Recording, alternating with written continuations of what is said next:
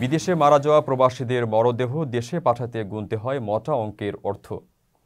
ফলে ভোগান্তিতে পড়তে হয় পরিবার ও সহকর্মীদের।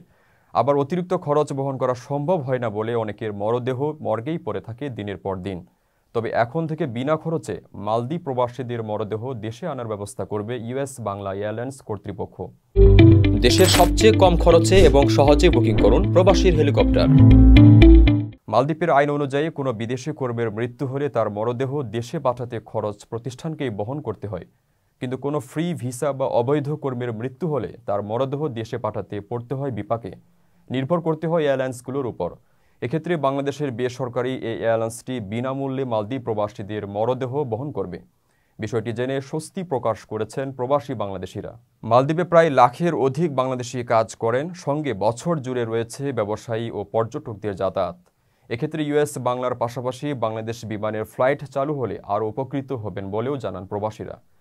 প্রবাসীদের সহায়তায় এগিয়ে আসতে পেরে খুব খুশি ইউএস বাংলা এয়ারলাইন্স কর্তৃপক্ষ। মালদ্বীপের ইউএস বাংলা এয়ারলাইন্সের স্টেশন ম্যানেজার জাহিদুল ইসলাম বলেন, ইউএস বাংলা এয়ারলাইন্স সকল দেশ থেকেই প্রবাসীদের মরদেহ বিনামূল্যে বহন করে থাকে। তারই ধারাবাহিকতায় মালদ্বীপ থেকে বাংলাদেশিদের যত ধরনের মরদেহ যাবে ইউএস বাংলা তা বহন করবে।